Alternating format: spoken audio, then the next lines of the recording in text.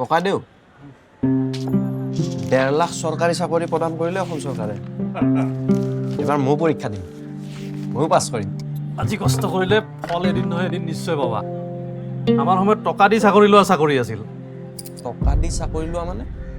মানে টকা দিয়া আৰু চাকৰি লোৱা ময়ো বহুত পঢ়া শুনা কৰিছিলোঁ চাকৰিত ইণ্টাৰভিউ দিয়াৰ কাৰণে 10 বছৰ আগলৈ চাকৰিবোৰৰ বিক্ৰী কৰি দিয়াটোৱে নিয়মত পৰিণত হৈছিল আৰু আমি চৰকাৰী চাকৰিৰ পৰা বঞ্চিত হৈছিলোঁ